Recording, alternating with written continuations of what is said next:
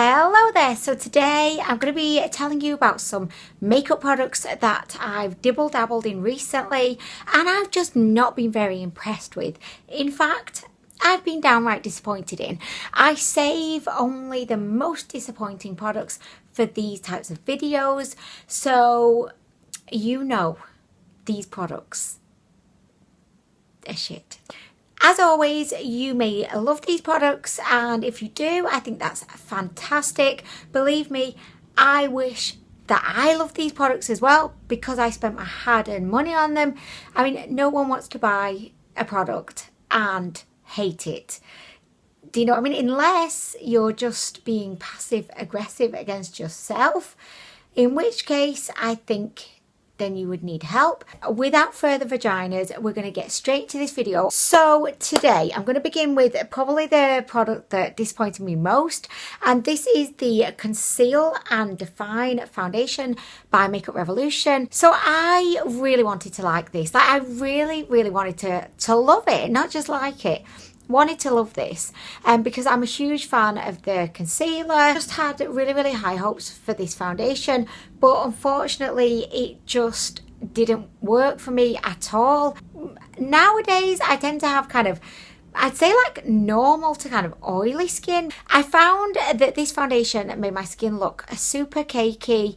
It definitely was not a high coverage as it claims to be. For me, it was more of a medium coverage. I do believe that I could definitely have built it up and got more coverage, but it already looks cakey when it's a medium coverage when I have minimal product on. So I just feel like, you know, I might as well just keep myself in the vagina, you know, if I'm just going to apply more of this to an already cakey face. Do you know what I mean? This did not live up to any of the expectations I had for it, especially based on how much I love the concealer version. This also made my skin look and feel very dry, and I don't have dry skin. It's something that, like, I've never really had an issue with until I tried this foundation, and then all of a sudden, like, my skin just seemed to be dry all the time.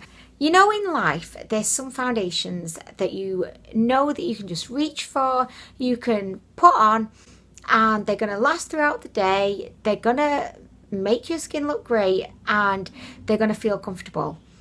This is not that. I am also 34, so I do have slightly more kind of troublesome skin. I feel like I've got fine lines, I've got pores, I've got a lot of texture on my chin, and it just did not in any way make those areas look better. It just made them look worse and more noticeable. So I would definitely say that if you have kind of problematic skin, mature skin, I wouldn't recommend this foundation. I just feel like it's too thick, it's too drying, and it's just too disappointing, So yeah, unfortunately not for me. Maybe if you've got like super youthful, flawless skin, it could work for you, but if you do have super flawless skin, you probably don't need that foundation anyway. So yeah, I mean, really. Okay, so just carrying on with the foundations. The second foundation that I've tried recently that, in the words of Shania Twain, it did not impress me much. No. So this is the Maybelline Superstay multi-use foundation stick. I did do a first impression on this. I did one on the Conceal and Define as well. If you do want to check that out, you can. So this is the stick version of the liquid version, and I love the liquid version. I do not love this version. I just feel like kind of similarly, is that even a word? I have no idea, but we're gonna go with it anyway. Similarly to the Conceal and Define foundation, I just found that this didn't do my skin any favors. A foundation is meant to cover flaws and imperfections, smooth out your skin, and just make you look the bomb to the bomb diggity of the bomb, the diggity to the bomb. It's just meant to make your face look, you know, better than before. This foundation just made my skin look like worse than before. The coverage was minimal. I found this really tricky to apply because it doesn't really like blend that easily. It just didn't make my face look good. it just made my face look like I was wearing a really crap foundation. I'm really sad about this because, again, I wanted it to work. As I said, I love the liquid version. I think the liquid version can look cakey on me, and I find that it doesn't wear particularly well, but the liquid version looks brilliant on camera. I wear it a lot when I'm filming because it just looks really flawless on film. But yeah, unfortunately the same cannot be said for the stick version. This is like a poor man's liquid version. I don't really know who this would work for. I've not really seen a huge amount of positive reviews for this. I can appreciate that Maybelline really wanted to jump aboard the stick foundation trend, but I feel like stick foundations are just so hit and miss. The only one that I've ever really liked is the L'Oreal Infallible Sculpt, but all the rest have been crap. You know, the one stick foundation, look, I'm so dramatic, but it's just because I've realised like this is what I really want to try. The Hourglass stick foundation, the Vanish, watch your money vanish out of your bank account when you buy me stick foundation. I really want to try that one. That's the only stick foundation that I've actually heard super good things about, other than the Makeup Forever one. But like, this does call itself a multi-use foundation stick, and they do claim that you can, oh, how did I even drop that? Like, what? My fingers completely let me down in that instance. But yeah, I feel like this may be good for contouring, but probably not, because it doesn't blend very well, and I can see it just being like a big blob on your face. So yeah, anyway, I don't like that. Okay, so next I have a volume booster lash primer. This was from Essence, and again, I did do a first impression on this.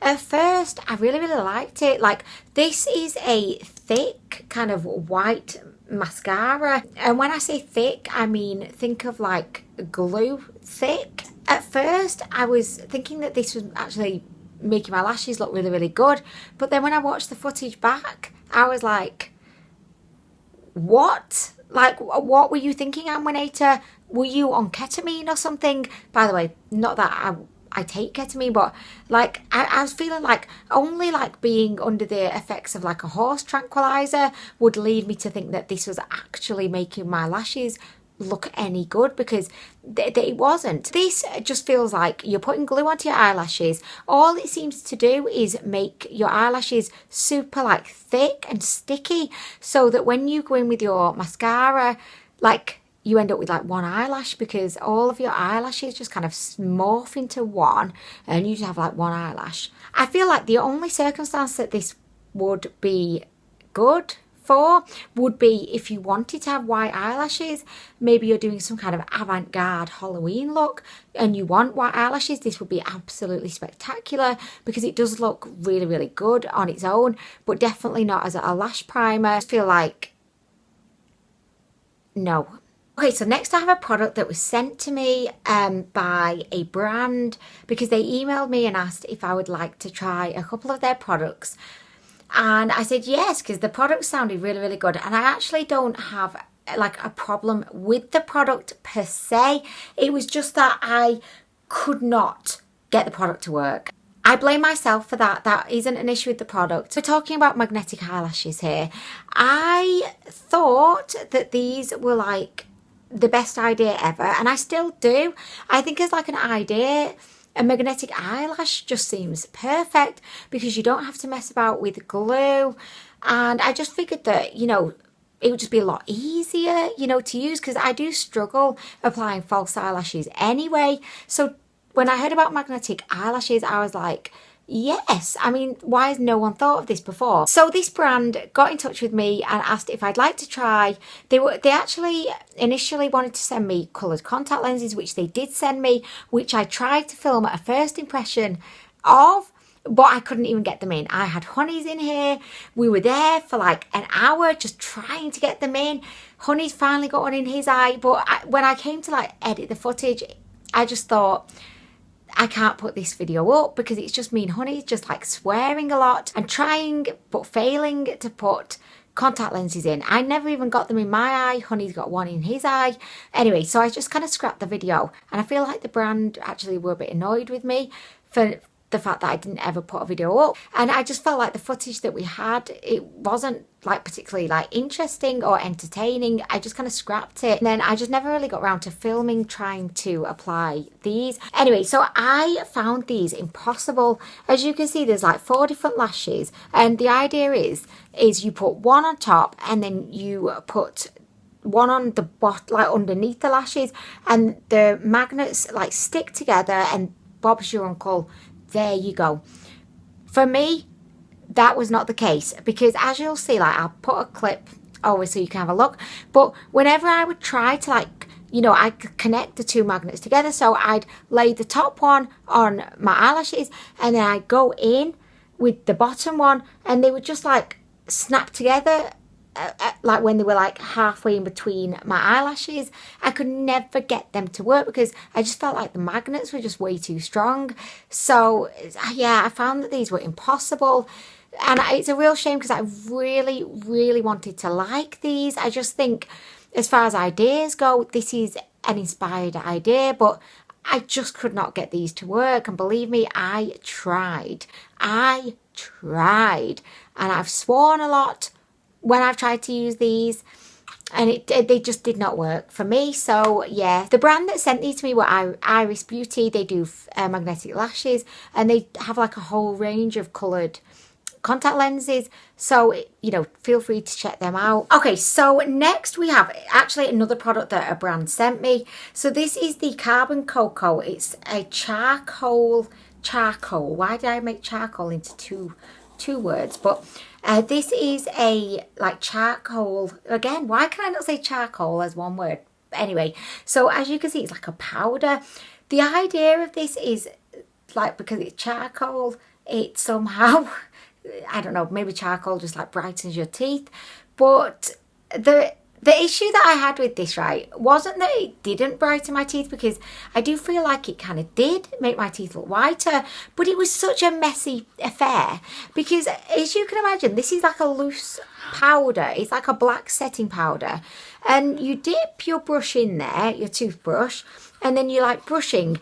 You've got powder going all over the mirror, all over the sink, so you have to like do like a full sink wipe down every time you brush your teeth. I don't want that life. That life is not for me. I will clean my sink once a week, begrudgingly. I don't want to be doing it like twice a day every time I brush my teeth. So this just didn't seem practical to me. Again, it's a great idea, but practically, is it? For some reason, like, this didn't make me excited enough to want to make a video on it. And also, I didn't want to risk, you know, covering my camera in black powder. It'd be like honey to be thinking, oh my gosh, what's Anwen into this time? Black cocaine? Shit show alert. I mean, really. So that brings me to the end of this ranting video. It's great to have a good rant every now and again, I feel.